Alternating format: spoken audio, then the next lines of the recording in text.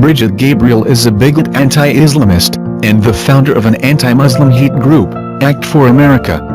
She does not have any real expertise, and when she is actually challenged by a real expert, she yells and screams to justify her lies. The Treaty of Al-Hudaybiyah, which is an Islamic principle of war and a model on how to deceive your enemy when you have to sign peace treaties with your enemy. And it is based on an example by Prophet Muhammad. Prophet Muhammad was attacking the Meccans and their caravans when he was living in Medina. One day he attacked them because this is how he got the goodies. He would attack them, rob them, and spread the goodies among his men. And this is how he was able to recruit, because this is how people made money without working. And so he attacked the Meccan caravans. When he realized he's not able to defeat the Meccans in that city of Al-Hudaybiyah, in that place, he signed a 10-year treaty with them. He broke the treaty, attacked them 2 years later, and Mecca fell within 24 hours because they were not expecting the attack. And that became a principle of war in Islam.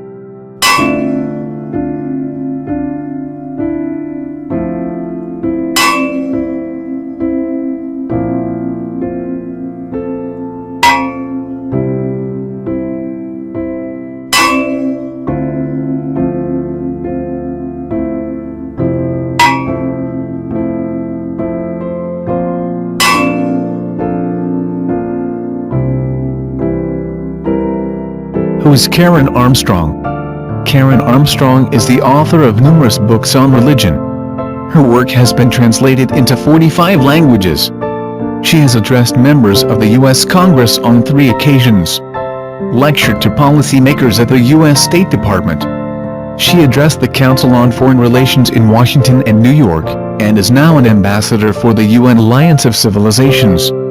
In 2008 she was awarded the TED Prize. Also in 2008, she was awarded the Franklin D. Roosevelt for Freedom's Medal.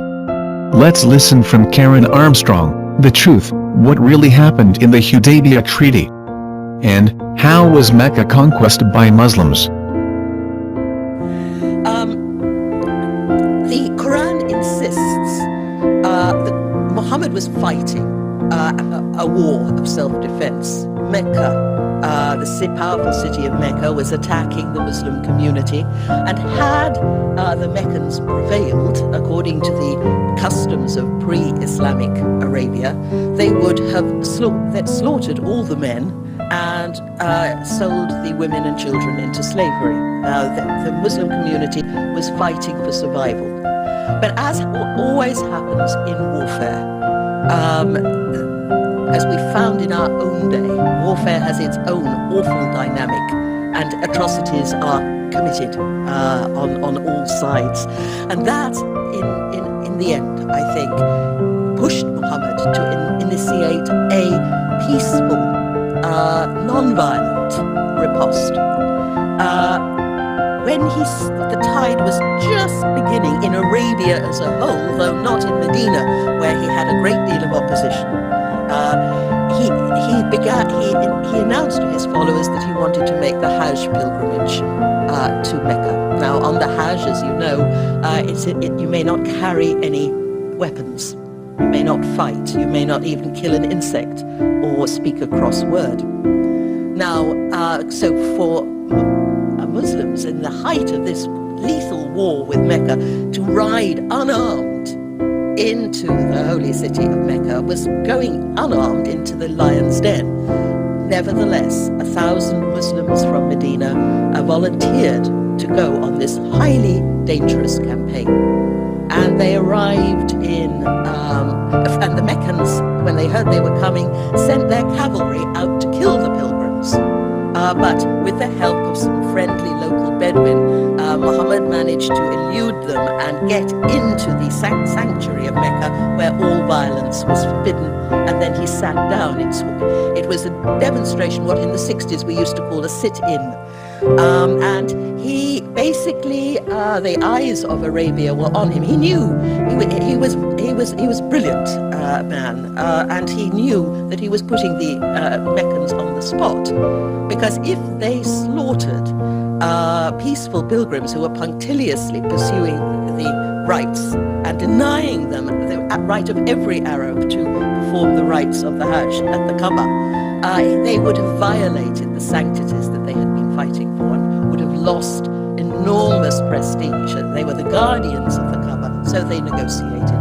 And Muhammad accepted terms, as the Quran says Muslims must do, that seemed utterly appalling to his followers, because it seemed to give everything away to Mecca, everything that they'd fought for.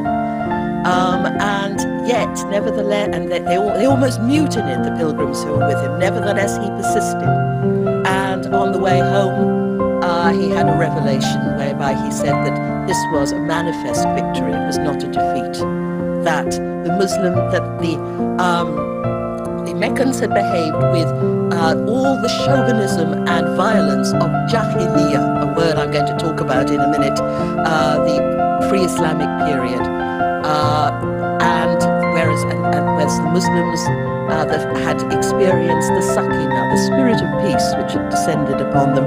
And it was this spirit of peace that linked them with the Jews and the Christians, the people of the book. It was the spirit of peace that characterizes the human attitude towards God. So the historians, early historians of Islam, agree that this was indeed a victory. This was the turning point. Two years later, Mecca opened its gates voluntarily to the Prophet. Nobody was forced to convert to Islam, and Muhammad had brought peace to war-torn, war-weary